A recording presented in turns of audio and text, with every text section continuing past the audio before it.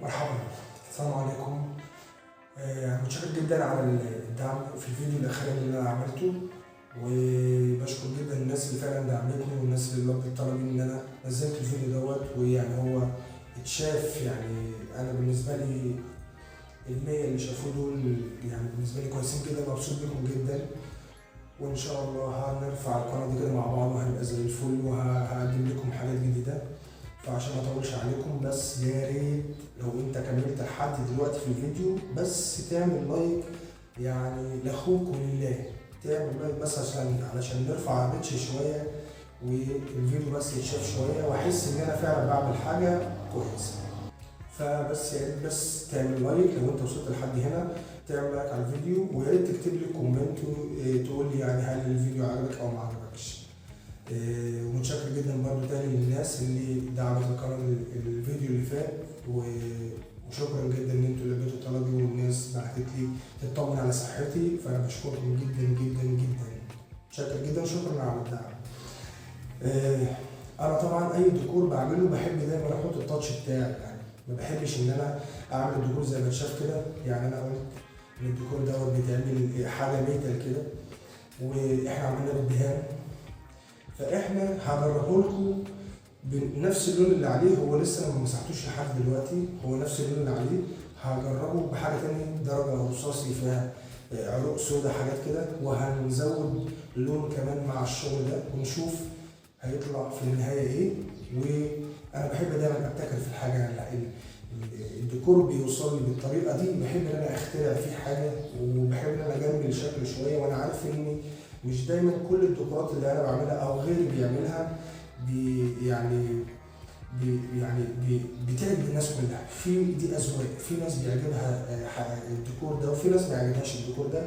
فتابعوني، ويا ريت زي ما انا قلت بالله عليكم لايك على الفيديو، وتكتب لي تعليق عجبك او ما عجبكش، او ايه اللي انت شايفه غلط في الفيديو، او ايه اللي ما عجبكش في الفيديو، وايه اللي عجبك في الفيديو.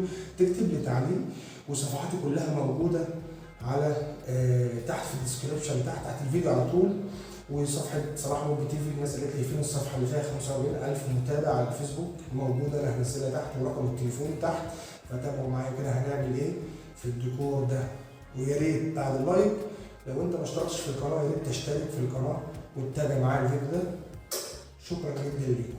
طيب، هو الناس اللي سالتني على الليد ده بيبقى شكله ايه، انا هوريه لكم، لان انا من ضمن التطوير اللي انا عملته برضه في القناه في الفيديوهات اللي بقدمها، ابتديت ان انا اجيب ليد، بحيث ابقى طبعا مش في الفيديوهات دي، فيديوهات تانية انا بقدم اصلا محتوى كتير جدا، وبغني راب وعامل اغاني راب. يا ريت برضه هسيب لكم اللينك بتاع القناه بتاعتي اللي بغني فيها راب، يعني حاجات على قد كده تشتركوا فيها. الليد طبعا اللي انا قلت لكم عليه هو الليد ده، يعني انتوا شايفين كده الليد ده في منه بقى الوان، في الوان كتير جدا. انا حبيت برضو بس اشغله واوريه لكم. دوت بيتبايت في الحيطه. هو الليد ده يعني ممكن يجي بيتلزق بالطريقه دي كده، تمام. بيبقى عامل زي الرسمه، يعني بتلزقه، بتعمل بيه الرسمه، بيبقى منور، او بيتفحر له حاجه بسيطه في الحيطه، بحيث ان هو يتبيت الليد دوت في الحيطه بالطريقه دي كده.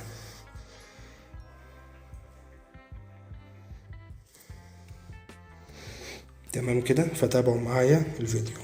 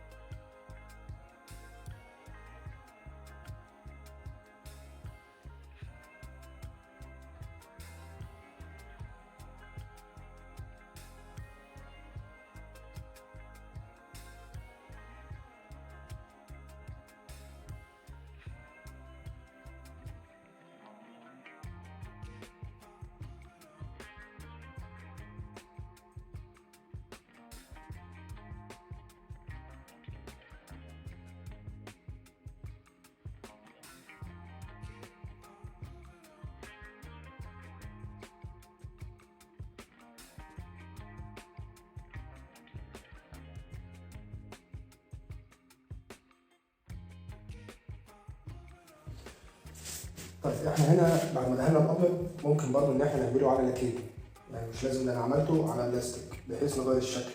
الاسود ده المغبر الاسود دوت ممكن نعمله ذهبي، ممكن نعمله احمر، يعني اقصد ان انا بديكوا التركايه بتاعتي انا دوت ممكن يتعمل العمدان اللي هي الميتال الذهبي اللي احنا عارفينه، انما انا عملته بالدهان.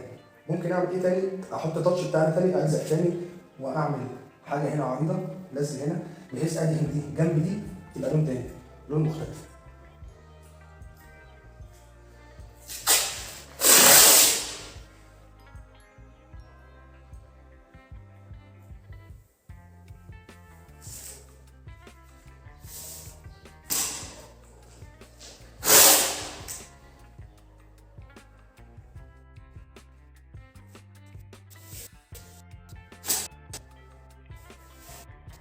اهم حاجه يعني لازق كده علشان ما يشبش.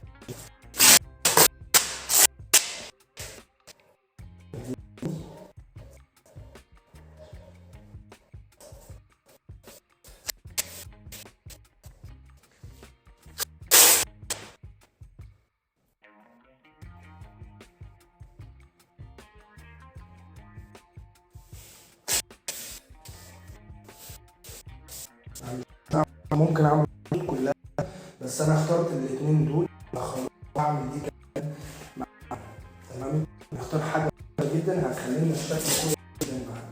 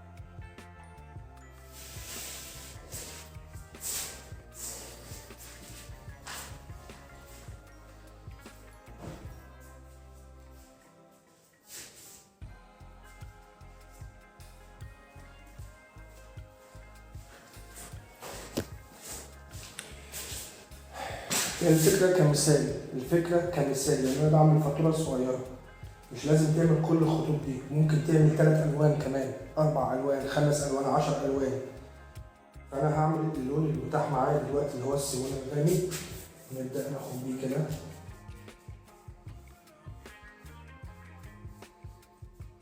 ممكن نعمله خط ذهبي مع خط احمر نبيتي مع خط اصفر.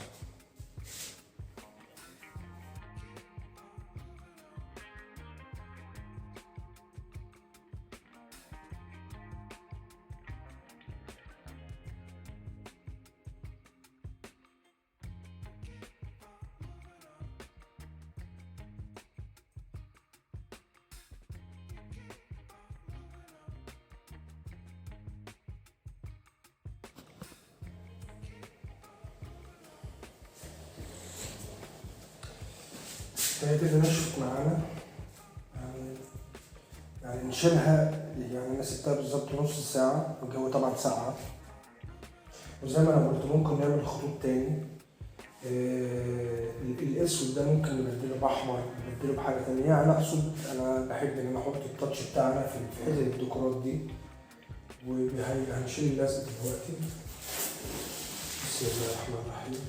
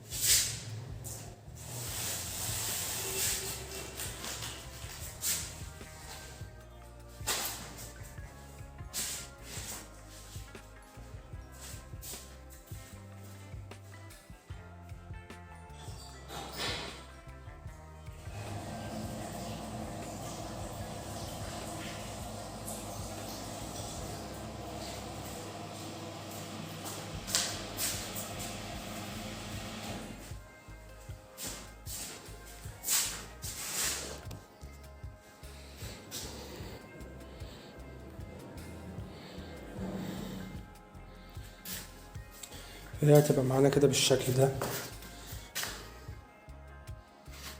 دول كده لونين فوق بعض. لو الخط دوت برضو اسود يبقى شكله جميل، كمان هيظهر اكتر. فضي هيبقى شكله جميل. انا اقصد ان انا بعمل الفكرة وانت بسهل لك عليها، ان انت تقدر ان انت تطبق الفكرة دي بمنتهى السهولة. فهتبقى بالمنظر ده كده.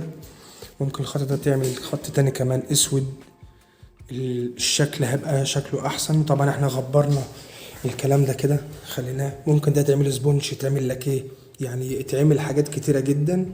وده الشكل النهائي بتاعه. وان شاء الله يعني احنا بقالنا سنة ابتدى حتة اللزق والديكورات بالتيب او باللزق يرجع تاني.